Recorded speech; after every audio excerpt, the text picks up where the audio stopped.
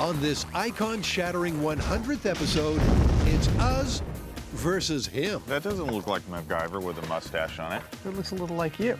MythBusters takes on MacGyver in a quest for truth, justice, and a half-decent haircut. MacGyver's been MythBusters' soul brother since we started.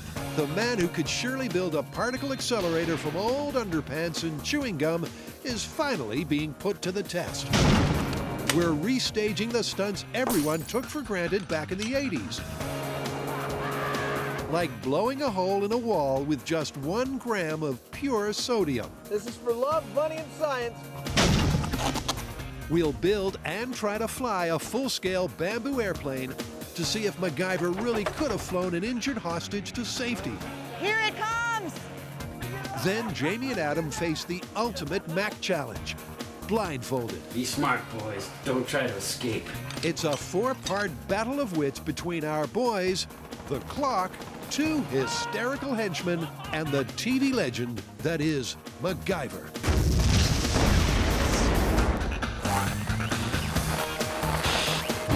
Who are the MythBusters? Adam Savage. Smells like science.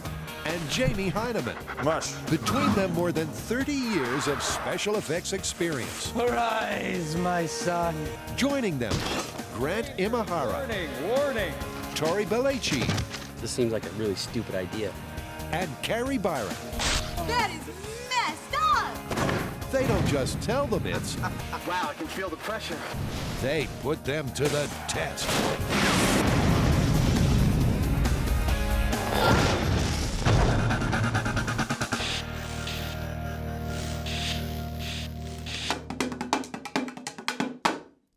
The moment is finally here. Indeed it is. It's the MythBusters MacGyver special. It's time to take the antics of one Angus MacGyver, place him under the MythBusters microscope, and separate fact from fiction.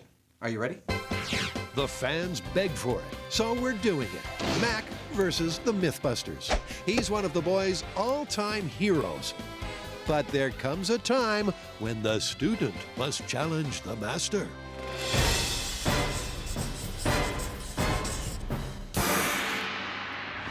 Ask me why I'm swinging this bottle around. Okay, why are you swinging this bottle around? This has to do with the very first MacGyver myth we're actually testing, which we're calling sodium jailbreak. In this episode, Mac needs a hole in a wall in a hurry. Knowing that alkaline metals react violently with water, he packs pure sodium inside a gel cap and drops it in a bottle filled with water.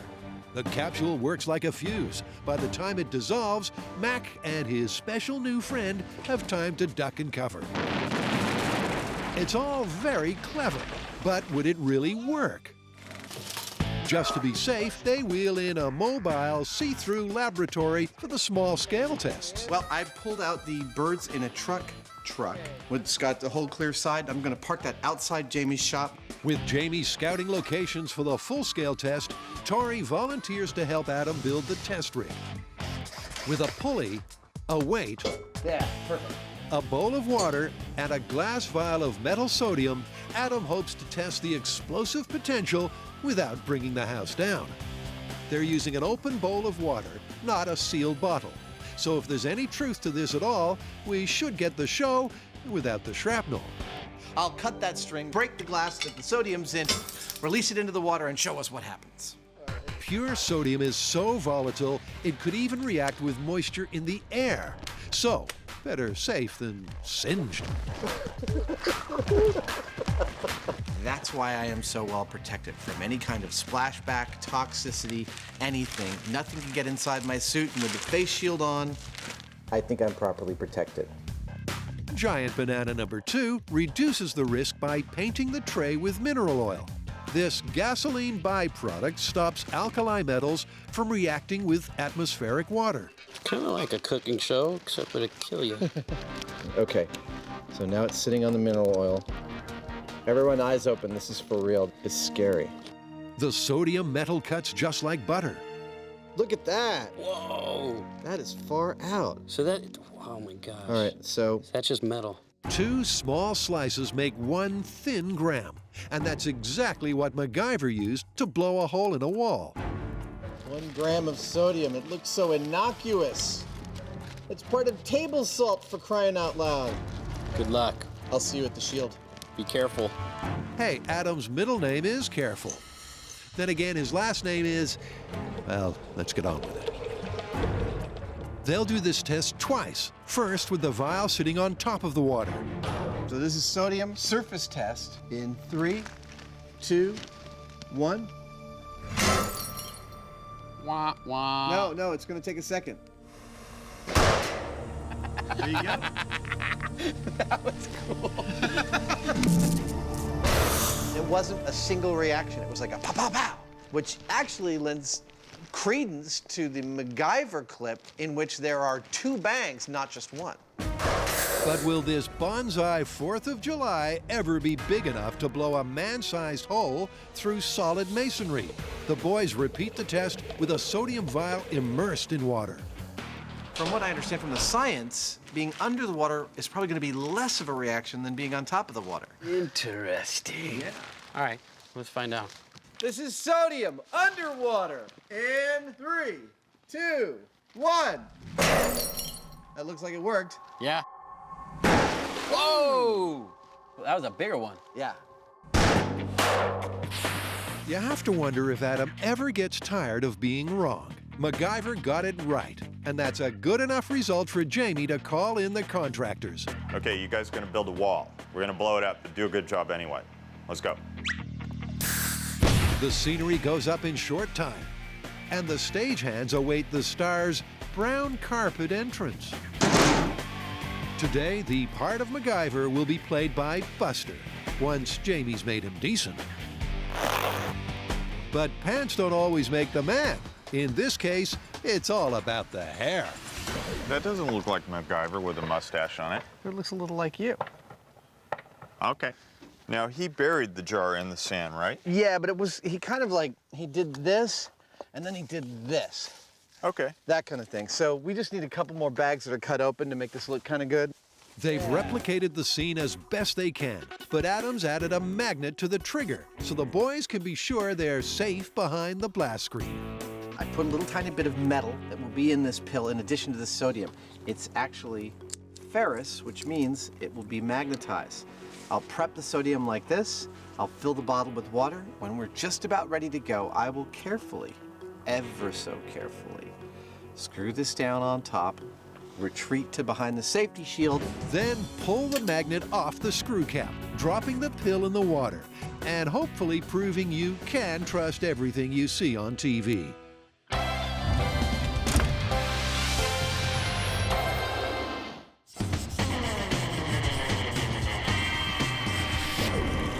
Picture this. Mac G is stuck on a Colombian building site. Bad guys are approaching fast. He has to escape. What does he do? The only things around him, bamboo, duct tape, garbage bags, cement mixer. What, no cars? Conveniently no cars. All right, so what does he do? Wasn't it obvious? He builds an ultralight. Given the right materials, there's almost no end to MacGyver's ingenuity.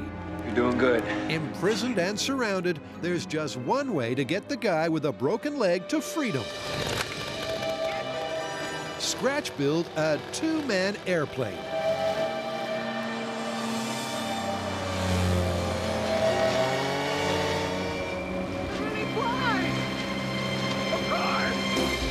They've seen how Mac did it, but it's worth giving some real ultralights the once-over. I'm not sure if we have the right stuff. I just hope we don't have the wrong stuff.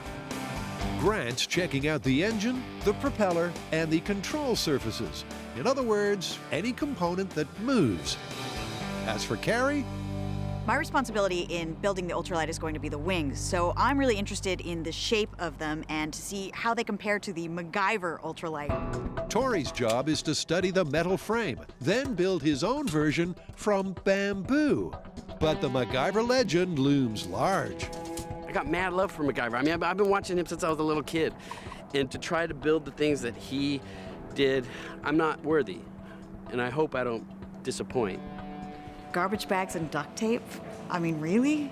Well, that's the MacGyver blueprint, and they're stuck with it. And let's remember that someone, sometime, needs to fly this homemade airplane. It's time for some mile-high research. Please take a moment to locate your emergency exits, keeping in mind that the emergency exits may be behind you. One by one, Carrie, Grant, Tori, and their instructor pilots take to the air.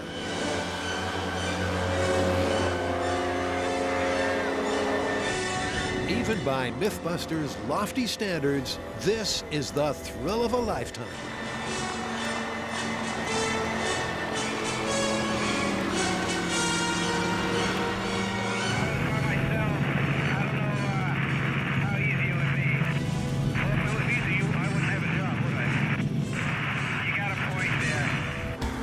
But it's not just about the pilot. These frames are made from high-grade aluminum, not bamboo. The wings are made from nylon, not trash bags.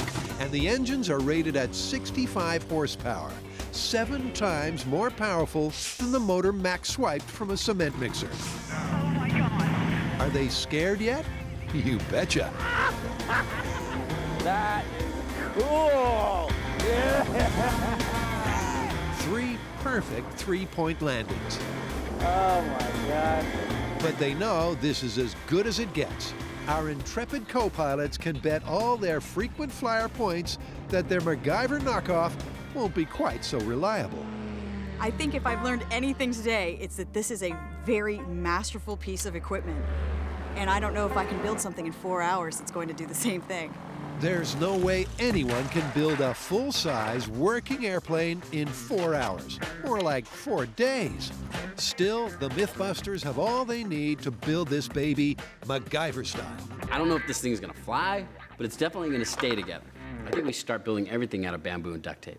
Carrie's concerned that MacGyver's wings look too flat, not the classic airfoil shape that makes powered flight possible. She's also worried about the sheer size of Mac's rear end. Everything I'm building is completely based on the measurements that MacGyver calls out. The 9x6 tail pieces look ridiculous. So in the spirit of MacGyverism, and to make this really work and give this any chance of flying, I'm going to slightly tweak the dimensions and make them proportional to an actual ultralight. Meantime, Grant's found himself a puny 9-horsepower cement mixer engine, just like the one Mac used. Yeah! And fitted a wooden propeller. At the very least, this mini motor needs to be strong enough to push the plane along the ground towards the cliff. That looks really dangerous. Contact! And that's worth testing on a purpose-built, fully crewed go-kart. How am I going to stop it? I don't know. I hadn't really thought of stopping it. Probably we're going to go the Fred Flintstone brake technique, which is we all put out our feet and try and slow it down. If that prop breaks, a piece of wood goes flying and hits somebody, someone can be seriously injured. Let's try it. Grant signs on as supercargo, so their total weight is close to a real ultralight. That's around 450 pounds. Okay, here we go!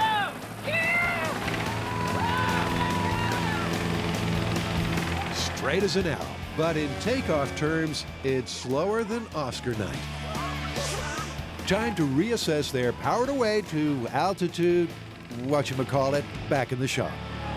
I don't think that we have enough horsepower to generate lift, but we do have enough to control our descent. And we all know what that means. Here at MythBusters, controlled descent roughly translates to a crash in slow motion. But Mac faced the same problem. The cement mixer engine was too small to get him airborne. But once the plane dropped off the cliff, it did sustain flight. It's an added incentive to make sure this trash bag tricycle can at least glide to safety. The only thing to become unhinged? And so far, it all seems to be working. The tape and wire connections are holding fast. And the moving parts are, well, moving. I was a little unsure about the whole bamboo and duct tape construction, but after putting some of this together and seeing how sturdy it is, I'm feeling like it's gonna be strong enough to hold up those wings. But will the wings work? Ta-da! Perfect, beautiful, I love it, it's gonna work. Carrie's bent some skinny bamboo to make an airfoil. But now she's had a crisis of confidence. Call it builder's remorse. I have a feeling this thing is going to plummet to the ground like a rock. I went from totally optimistic to a little sketchy. Tori's confident enough to set that front barrow wheel on the frame, Great enough. while Carrie begins the long and laborious task of taping all that plastic to the bamboo frame. Finally, Tori bolts on the tiny engine. Perfect. The build has taken 3 and a bit days, not 4 hours. So that's one part of this MacGyver myth well and truly busted. Then there's that awkward pause when someone really should offer to fly the darn thing. No one does, and you can't blame him. So Grant rigs up an RC unit. MacGyver was using his feet to steer the rudder, but since none of us are going to be able to fly it, I've got this radio control system here. And so I move the stick, it moves the servo, and these lines pull on the rudder, moving that back and forth. This is a rare moment in MythBusters history. The whole build has gone off without a hitch. It's not that heavy. It's not breaking. That's good. Now all they have to do is make it fly. MacGyver's gonna be so proud of us.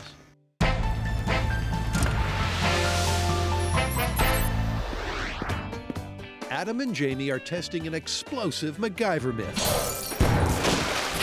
That 1 gram of reactive sodium metal packed in a pill and dropped in water could blow through a wall. 3, 2, 1. They huddle behind the blast shield, waiting for that gel cap to dissolve so the sodium hits the H2O. In less than a minute, we should see something. 50 seconds. Should happen any second now. Isn't it always like this? 110. So what are we gonna do if it doesn't blow up? I say we, wait the requisite 20 minutes and then approach it very cautiously. After half an hour, there's nothing doing. Trying not to break your arm here. So Jamie rents out the latest in this season's line of bomb suits. I feel like I'm ready to go out clubbing. One small step for a man, one giant chance for Adam to sully the moment. It's not dissimilar from how Jamie was dressed when he first came to Earth. Odds are the reaction has occurred, but wasn't strong enough to break the bottle. Adam's already run some time trials to see just how long it takes a cap to dissolve in water. He filled this one with red pepper. What we found on the show is that one of the most dangerous things that can happen is nothing. And nothing is exactly what happened. We're at almost half an hour and my gel cap still has not dissolved. That's going to be a long time for us to wait out on the site. So I'm going to try a second bottle full of hot tap water. And that did the trick. Just 90 seconds later, catastrophic capsule failure. It's just about to fail. There it goes. They also used hot water on the bomb site, so surely Jamie's in no danger from a delayed reaction. Still, best policy is a quick prod with a hazmat-approved poking broom. It's not long before Adam gets the all clear. Well, it certainly looks like some reaction has happened, and I don't see any sodium, and we put it in there, so the reaction happened without breaking the bottle. Sadly, this is just what they predicted. We saw a reaction in the lab, and it looks good, but a lot of times a little smoke, a little pop, or a little poof is, it's more bark than bite. MacGyver's popularity and our kinship with him rests on him using what was at hand to do unconventional things. In this test, we replicated exactly what we saw in the MacGyver episode. Unfortunately for MacGyver, it doesn't seem to work in real life like it did in the show. Sorry, Mac, but 1 gram of pure sodium won't blow a hole through toilet paper. And we've still got a wall to destroy. So what are we doing? Well, we're going to try and blow another hole in the wall, except I'm going to use a lot more sodium and a much bigger pill. What, is that for a horse? It is, in fact, for a horse. Adam packs his horse pill with 100 grams of sodium metal. A lot of sodium. If there's any truth to the TV myth, this should settle things once and for all. It's a dangerous amount of sodium to put in water. So I'm expecting big things from this. Aren't we all? And 2, 1. hate this. Nothing's happening. 4.5 minutes later, the pill finally pops.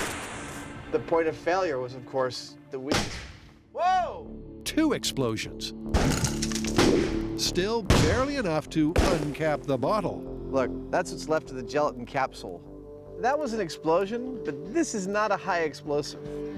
But Adam and Tori pre-tested another alkaline metal that's even more volatile than sodium.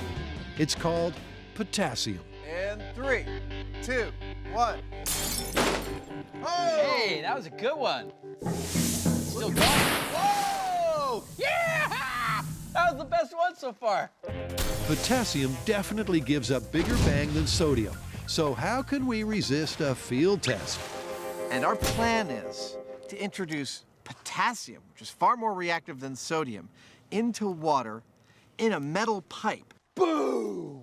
When we did the thing with the sodium, we used a chunk about the size of my thumb. This time we're going to be using a bunch of potassium, about this much. The metal pipe is sealed at the back, and it's got a lip up here. It's going to hold water up to this line. In the back here will be 2 jars, each glass, each filled with 250 grams of potassium. Up here in these pipes will be a weight. There'll be a pin here which will pull from behind the blast shield, dropping the weight onto the bottle, breaking it, releasing the potassium into the water, and directing all the energy out the front through our wall, hopefully. That's 500 grams of pure potassium. The Mac myth was 1 gram of less reactive sodium. Now he's pushing the mortar up against the wall so that the only place the energy can go is right at that wall. MacGyver never had it so good. This is for love, money, and science. 500 grams of potassium. 3, 2, 1. Wow! Well, that didn't make us wait. It's a great show, but the wall hasn't budged. MacGyver, my brother, my compadre, we have to take him down on this one. We've sidestepped this result for far too long. It's absolutely, positively busted. But Jamie and Adam still have a wall to bring down. We came here to get a hole in the wall, and darn it, we're going to get a hole in the wall. When in doubt, C4. The great thing about working with JD is that when we said we want a hole in the wall, all he says is, how big? JB rolls out the wire and sets the charge. This is how you unbuild a wall. 3, 2, 1. Oh, that whole wall went away. I think the wall might be gone. Sorry about that.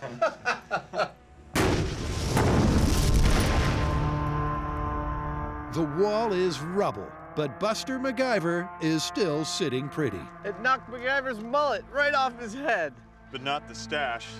It's pretty definitive what it takes to get through a wall. And the alkali metals just ain't it. So, how did MacGyver do?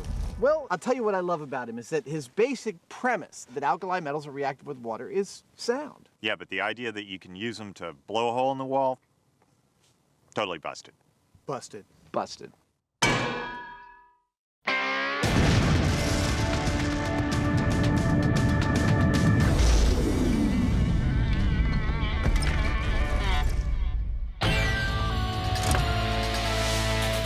In this, our 100th episode, Tori, Carrie, and Grant have finished one of the great backyard builds of all time. They've made their own airplane. I'm not flying economy anymore.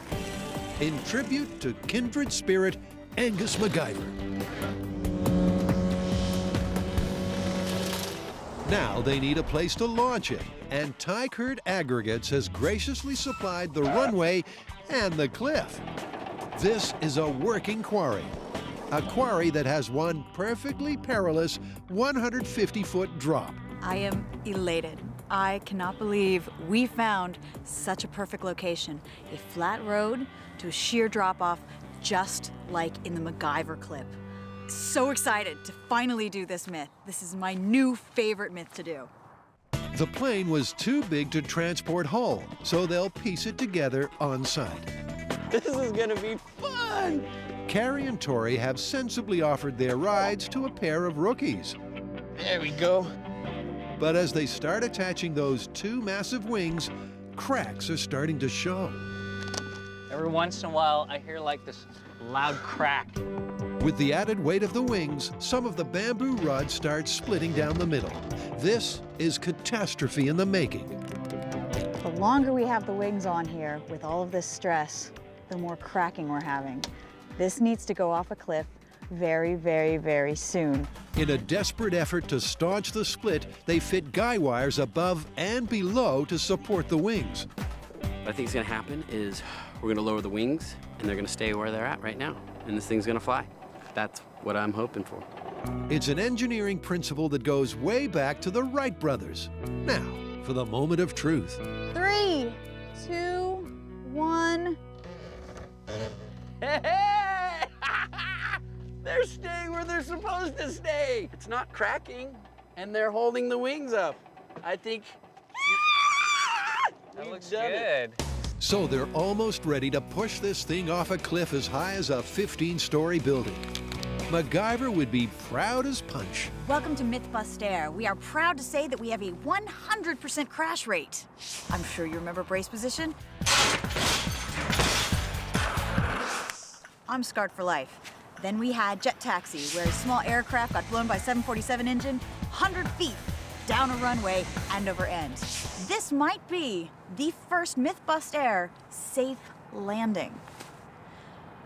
Or it might not. Okay, we all know that history is often more instructive than inspirational. And that prompts Grant to one last try. Where are the seatbelts? With Carrie and Tori as human ballast, he'll test the engine one more time. Grant checks his remote responses. MacGyver to tower. Are we free for takeoff? Clear prop. Ooh, we're gonna die. Hold on tight. This could be really good or really, really bad. It's highly unlikely they'll take off, but they are ready to roll. We're moving! We're moving! I know! It's working! 12 seconds later, Grant cuts the engine. It's a total success.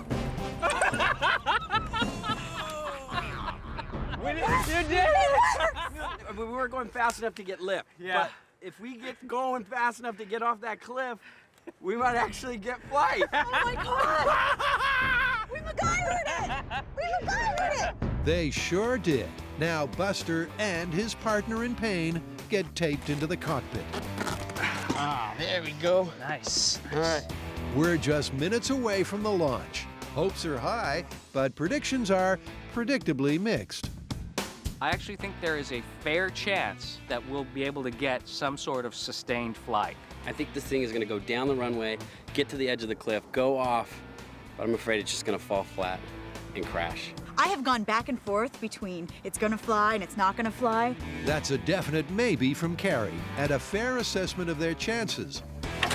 Tori starts the engine, removes the chocks, and runs for cover. Ah, run, run! 4 days' work and MacGyver's reputation will be junked or justified in the next 5 seconds.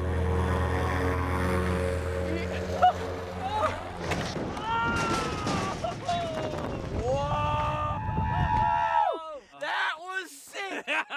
It almost had flight! It went like this. Oh, just wasn't fast enough. You know what, though? That did way better than I thought it was going to do. It actually kind of glided down till it crashed. If that's a glide, I'd hate to see a plummet. There was just enough power to keep the 3 wheels airborne, but the tail looked more like a vertical plow. On a brighter note, Mac's passenger would have forgotten all about his broken leg. I think MacGyver and his bamboo ultralight is busted.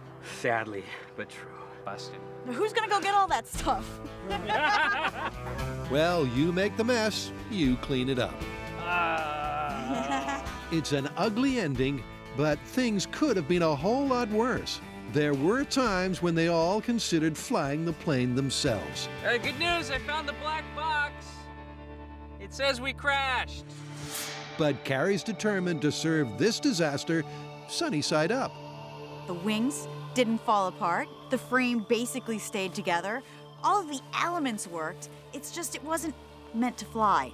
So true and so busted.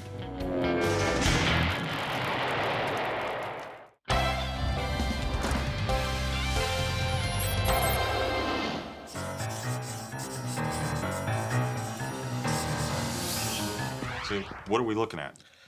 Well, the other team sent us this disc and said we have to watch it. Okay. All right, Jamie and Adam, we've come up with a few challenges for you two to do to see if you guys are undercover MacGyvers. You're gonna need all of your ingenuity and experience for this one, and we're not gonna tell you the challenges. That's right, because MacGyver never knew the challenges either. So, all you get to do is think on your feet and use whatever you have around you, because that's what MacGyver does. Works for me. This time, the Mythbusters roles are reversed. They won't contest the myths, they'll defend them, reaching deep inside to find their inner MacGyver. It's a cunning four-tiered challenge that begins with a breakout and ends, hopefully, with a helicopter rescue from this makeshift enemy campsite. But the villains aren't home right now. They're building the jail that Adam and Jamie have to escape from. Now, I voted for the island with the volcano in the middle, but apparently that was too expensive. No kidding. But this two-room prefab prison is very MacGyver. Now you can have your own evil lair in a matter of hours with our instant evil lair kit. It's so easy. And the first challenge is to get from room 1 to room 2. Now, what MacGyver did was smash the light bulbs and use the filaments to pick the lock. He did it in 52 seconds. We're giving the boys 1 hour. The only thing I know at this point is that we're going to be put in some sort of a situation that we've got to figure out and deal with. That's it. I know absolutely zilch about what we're about to encounter. All right, let's go, you spies. We got you. Out here, the people are real, the problems are real, and so is the contraband. Make sure they're not hiding any tools. All right. What's he got up on the side? He's got a whole metal workshop down here. Oh my gosh, this guy's got freaking everything. He's got a fish tank. Look at this. Who do you think you are, Rambo? Well, you can't blame a guy for trying. Look at that! Look at that! Then again, maybe you can blame a guy for trying. I'm gonna have to touch the beret. Stopping just short of a cavity search, it's time to wrap things up. Who do you think you're messing with, huh? Yeah. Couple of amateurs. Be smart, boys. Don't try to escape. Lock the door, okay? With cameras and walkie-talkies in place, Tori and Grant call the shots from their bad guy van. All right, you have 1 hour to get out of the room. Oh, good rope tying. Shut up. Well, let's see what we got. And there's worse news to come for the villains in the van. It's taken Jamie 2 seconds flat to get his first bright idea. You've got to use the filaments from these light bulbs to pick that lock. The issue is going to be one of being able to actually insert this in and push up the pins. This wire is actually a little too fat, I think. You could use one boot against the other if you took your shoes off. Yes, that's true. Look at that. He's using the steel toe in his boot as a hammer and anvil to flatten the filament so it'll fit into the keyhole. Mind if I take a stab at this? Go for it. Well, Adam's got the filaments, and he has lockpick experience. Should we just pump in the nerve gas now? There's no need to play rough just yet. Our two mock MacGyvers might well have remembered the light bulb stunt from TV. That doesn't necessarily make them smart, and it sure doesn't mean they can pick this lock. You want to give it a shot? After a few minutes, Adam hands over to Jamie.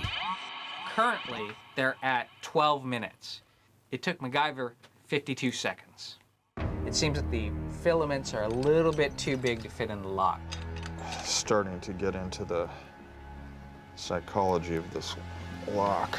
And this is one deeply troubled doorknob. The doctors talk tactics. Any of these tumblers have to go up or down, right? Everything has to go up. It's just a matter of how much. Oh, okay. They swap again, hoping Adam's misspent youth might finally prove an asset. I like that they're tag teaming. When one gets tired, then the other one picks up. But time is fast running out. 10 minutes left. Tell you what, if I get it to turn, I'm kicking the door down. But it looks like Adam can afford to spare those steel caps. I got it. No way. That's a successful pick. Let's hope I'm turning it in the right direction.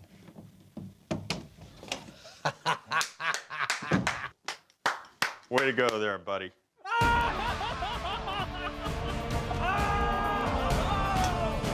Challenge number 1, no challenge at all. I gotta say, I am suffering right now from the sin of pride. I taught myself how to pick locks when I was 17, and the key turned out to be Jamie mentioning that I could use my 2 steel toes of my boots as a hammer.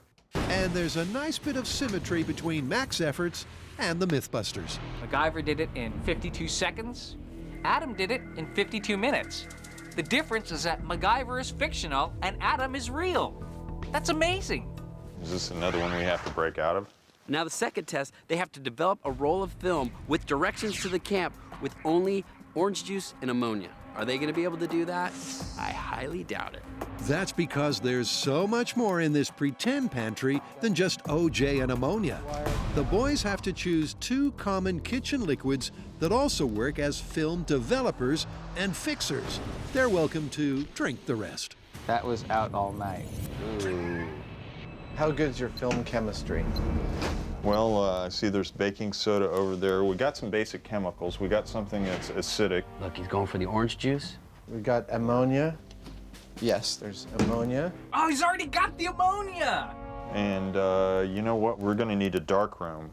And Garbage bags. Garbage bags ought to do that. Oh, that was easy. Why don't we just give him a dark room? Because that would also be far too expensive and not nearly as much fun. The question is, what's the chemistry of developing film? Now, here's a moment you'll want to savor. Turns out Adam once had a job as a film processor. I've used film chemicals. He knows they'll need acids and bases, but he can't recall which one is the developer. Are they alkaline? No, they're acidic, because you have to wear rubber gloves to develop film. Well, alkaline would cause that reaction as well. Oh, really? Yeah. Their first best guess is a bath in baking soda with a water rinse. All right, I've got the film. It's in my hand. I don't know that you're going to be able to tear that, are you? Actually, when I was a film projectionist, I believe you can. Hold on. Yep. Yes, you heard right. Adam also worked as a projectionist. And a fat lot of good that's All doing. right, I'm dipping it into the solution now, and I'm moving it around inside the baking soda slurry. Wish I remembered high school chemistry. Oh, there's a phrase you'd never hear from MacGyver. And he'd probably give the film more than 2 minutes to develop. Is that just the leader, or? Yeah, it is, but I mean, I should be getting something off of it, and I'm not. The next solution is giving a few frames of film the old double dip. First ammonia, then baking soda. They haven't even considered the wine, the coffee, or the OJ. Jamie has opted to stir the ammonia with his finger. Well, his hand is synthetic. This strange brew is also a dead loss. Nothing. No reaction. I don't see any secret plans.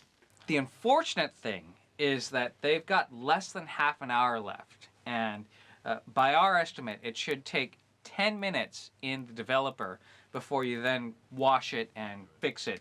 They are running really short on time.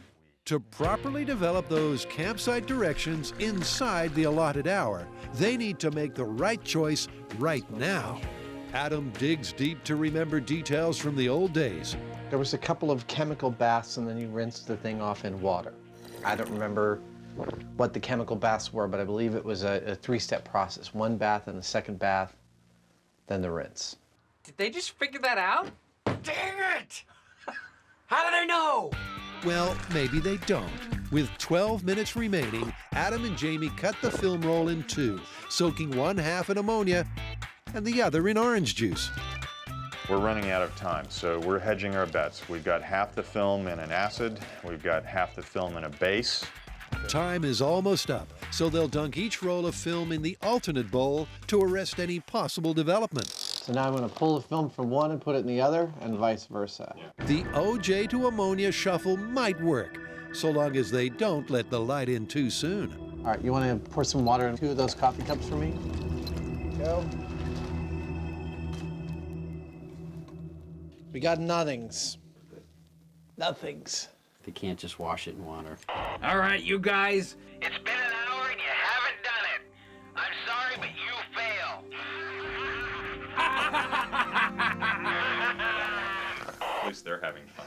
You guys were close, though, in developing that film. The way you're supposed to do it, you stick it in the orange juice for 10 minutes, and then you put it in the ammonia as a fixer. But you gotta keep it all in the bag the entire time. If it gets exposed to any light, it doesn't work. Oh, the one thing that we didn't try. Adam knows that ultimate success all depends on just where your head's at, or at least what's in it. The problem with me is that I know all the lyrics from every song from the 70s, and there's no more room in here.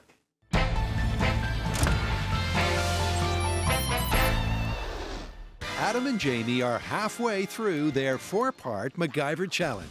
So far, the good guys and the bad guys are all squared up at one apiece. Just so this great escape doesn't come to a grinding halt, Tori and Grant deliver the vital campsite directions our MacGyver wannabes failed to find on the film. Dude, it's a clue. All right, you have 1 hour To complete your task, boys.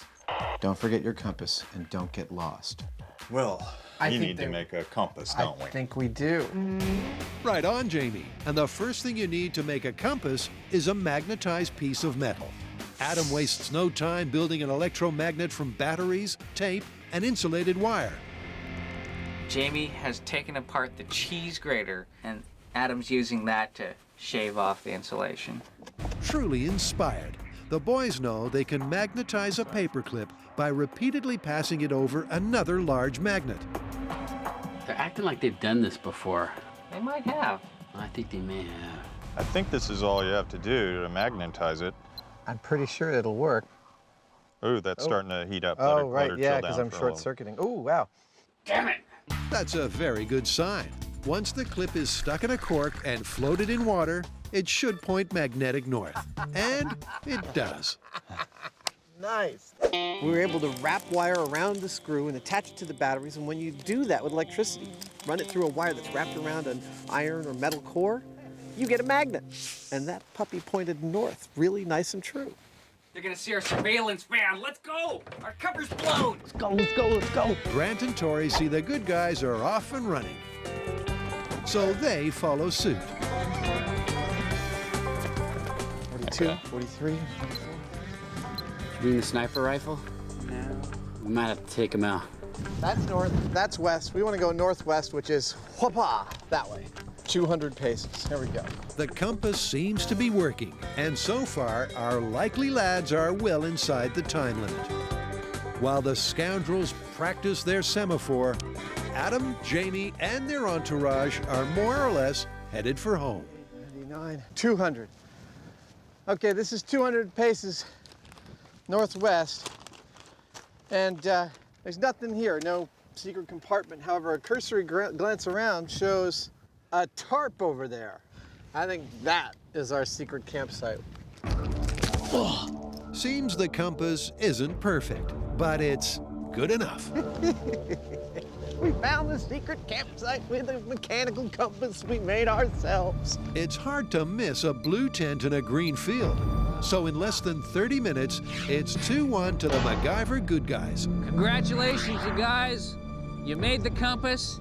And you found our campsite. You completed test number 3. Awesome. And now it's on to test number 4. There's no way they're gonna pass this last one. Then we've got to signal this plane, this helicopter at 3 o'clock. In true MacGyver style, Adam and Jamie have to contrive some sort of rescue signal that flies at least 100 feet high. And they can only use what they find in the campsite. Grant and Tori have already planted all the fixings for a potato cannon.